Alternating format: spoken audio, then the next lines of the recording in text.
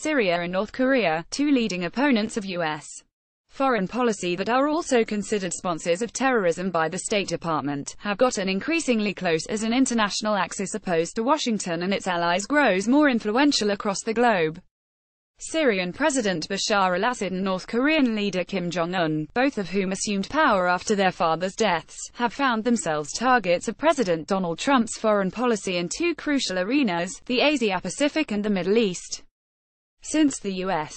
leader made the unprecedented step to strike Syria's military over chemical weapons accusations in April, and hours later threatened to attack North Korea amid reports of an upcoming nuclear weapons test, the two nations have relied on their historic Cold War ties. Related war in Syria. Assad thanks Iran and North Korea for help in letters to two supreme leaders opposed to U.S. Keep up with this story and more by subscribing now. A recent meeting between North Korea's Syrian ambassador, Jang Myong-ho, and Syrian Minister of Labor and Social Affairs Rima al-Qaduri showcased a rare instance of Pyongyang making public its involvement in the Middle East. Minister al-Qaduri said that the Syrian people highly appreciate the stances of DPRK's people in supporting Syria, mainly during the reconstruction stage, highlighting the importance of benefiting from the highly specialized expertise of the Korean side, the official Syrian Arab news agency reported Wednesday, using an acronym for North Korea's official title, the Democratic People's Republic of Korea. In turn, the ambassador expressed his country's readiness to contribute to the reconstruction of Syria with its expertise and companies specialized in data and construction, the state-run outlet added. A young woman holds a North Korean flag during the inauguration ceremony of a park in the Syrian capital of Damascus to honor North Korean founding father Kim Il-sung on August 31, 2015. North Korea and Syria have bonded over what they perceive as U.S. imperialist aggression against their governments. Getty Images. The meeting came days after North Korea's government-controlled Korean Central News Agency reported that Assad sent Kim a response letter after the latter congratulated his Syrian counterpart on the 47th anniversary of the corrective movement that placed his father, Hafez al-Assad, in power in 1970. After wishing the best for Kim, Assad said he reiterated his will to consolidate the ties of friendship and cooperation between the two countries in line with the interests and well-being of their friendly peoples. Shortly after Hafez al-Assad's military coup, North Korea sent fighters to assist in the Syria and Egypt-Arab battles with Israel during the 1972 Yom Kippur War and positioned itself against Israel, which it viewed as a U.S.-backed imperial state. When the younger Assad assumed the Syrian leadership in 2000, North Korea allegedly helped him build a nuclear reactor, which was later destroyed by an Israeli airstrike in 2007. In addition, the UN has accused North Korea of helping Syria to develop chemical weapons. Both Syria and North Korea have denied such collaborations. Since 2011, the year that Kim took power in his country and Assad began to lose control of his amid a nationwide uprising, the fortunes of both leaders have improved. North Korea quickly backed Assad, joining Russia and Iran in condemning what they considered a plot sponsored by the West and its Gulf Arab allies.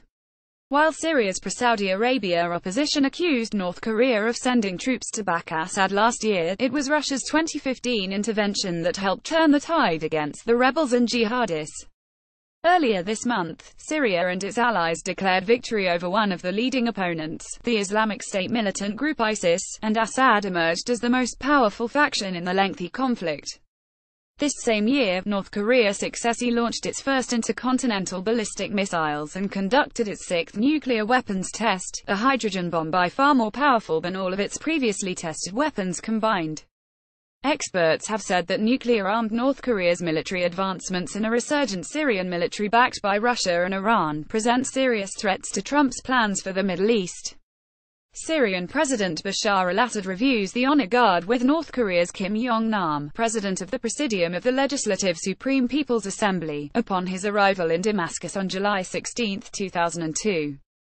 Syria and North Korea have boosted ties with Cuba, Iran and Russia, traditional foes of U.S. foreign policy.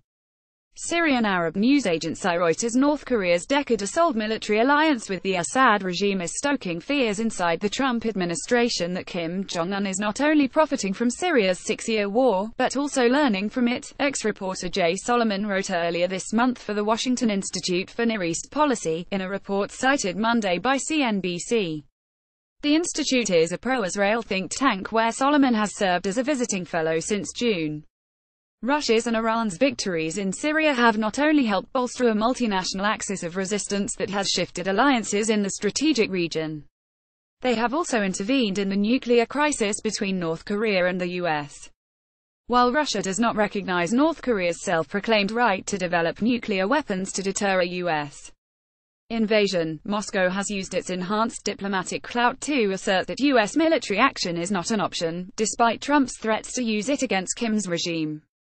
Trump has also alleged that North Korea is working with a fellow U.S. designated state sponsor of terrorism, Iran, to develop ballistic missile technology. Meanwhile, another major Cold War player is seeking to rekindle ties with forces aligned against the U.S. like Iran. Cuba was approached by the administration of President Barack Obama for historical talks that claimed several successes that have since been overturned by Trump.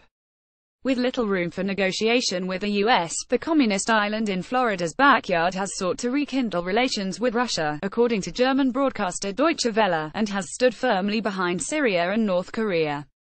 North Korean and Cuban officials met last week to strengthen ties. Both countries suffer from harsh U.S. economic sanctions intended to destabilize their respective governments.